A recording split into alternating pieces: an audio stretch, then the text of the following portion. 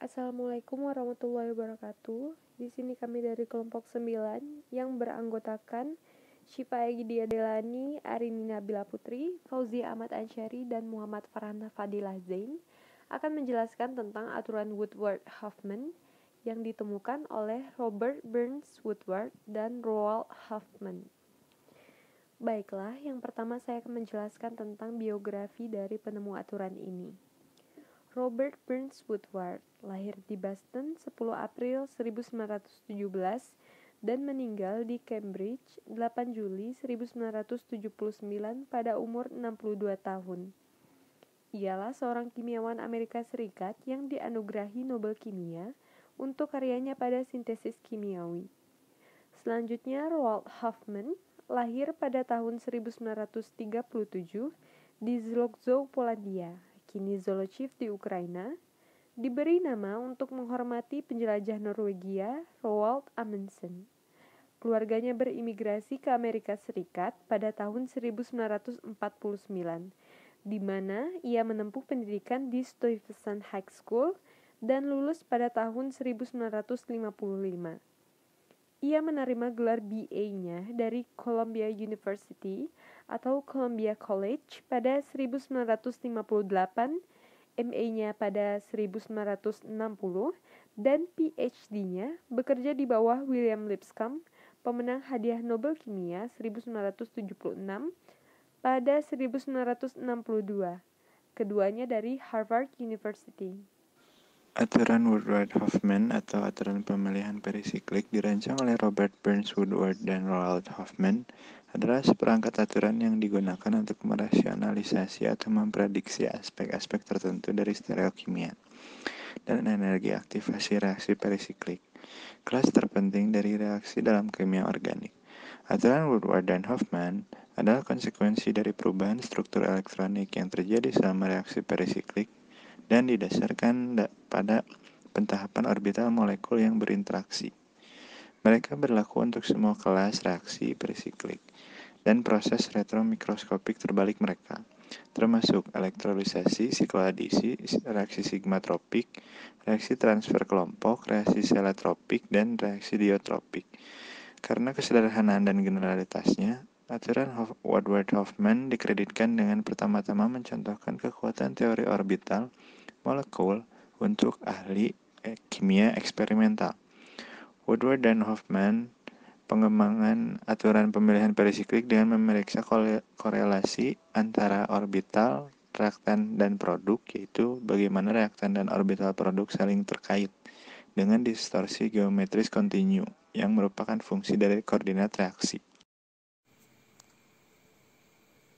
Woodward dan Hoffmann mengembangkan aturan pemilihan perisiklik dengan memeriksa korelasi antara orbital, reaktan, dan produk, yaitu bagaimana reaktan dan orbital produk saling terkait dengan distorsi geometris kontinu yang merupakan fungsi dari koordinat reaksi. Reaksi khas yang dapat dijelaskan oleh aturan ini termasuk cyclodation, pembukaan cincin, penutupan cincin, dan penataan ulang. Misalnya, pembebanan siklis butadiena dan etilena terjadi oleh panas. Sedangkan pembebanan siklis dari dua etilena hanya terjadi oleh cahaya. Selain itu, reaksi di mana butadiena dibentuk oleh pembukaan cincin siklobutena dan reaksi kebalikan atau penutupan cincin berlangsung secara stereoselektif seperti yang ditunjukkan dalam rumus 3.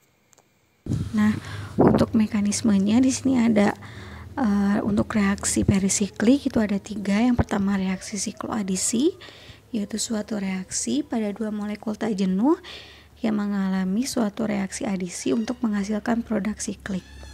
Dua molekul bergabung membentuk sebuah cincin. Dalam reaksi ini dua ikatan pi diubah menjadi ikatan sigma.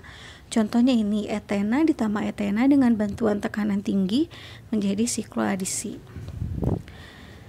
Nah, untuk yang kedua ini untuk penataan ulang sigmatropik itu penataan ulang sigmatropik itu reaksi perisiklik di mana hasil besinya adalah suatu ikatan sigma diubah menjadi ikatan sigma lain. dalam reaksi intramolekul tanpa katalis. Dalam jenis reaksi penataan ulang ini, suatu substituen bergerak dari satu bagian sistem bond terikat ke bagian lain dalam reaksi intramolekul dengan penataan ulang sistem pi secara simultan. Nah, jadi contohnya yang ini ya. Jadi migrasi atom hidrogen berikut ini berurutan kan 1,5. Nah, dicapai dengan menghitung berlawanan arah jarum jam melalui sistem pi.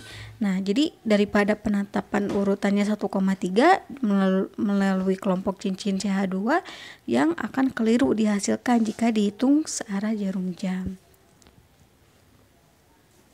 Dan yang terakhir, yang ketiga ada reaksi elektrosiklik. Jadi reaksi elektrosiklik adalah reaksi reversibel dalam suatu senyawa dengan ikatan rangkap terkonjugasi menjadi sikliasi. Dalam sikliasi, 2 elektron pi digunakan untuk membentuk ikatan sigma. Nah, contohnya seperti pada gambar berikut ini gitu. Nah, untuk di sini terdapat pemanfaatannya. Jadi di sini terdapat penyelidikan dari sejumlah besar golongan dien oleh Woodward dan Hofmann, aturan yang digunakan untuk merasionalisasi atau memprediksi aspek-aspek tertentu dari stereokimia dan energi aktivasi reaksi perisiklik, kelas penting dari reaksi dalam kimia organik. Nah, cukup mungkin segitu aja presentasi dari kelompok kami. Mohon maaf jika terdapat perkataan yang salah. Assalamualaikum warahmatullahi wabarakatuh.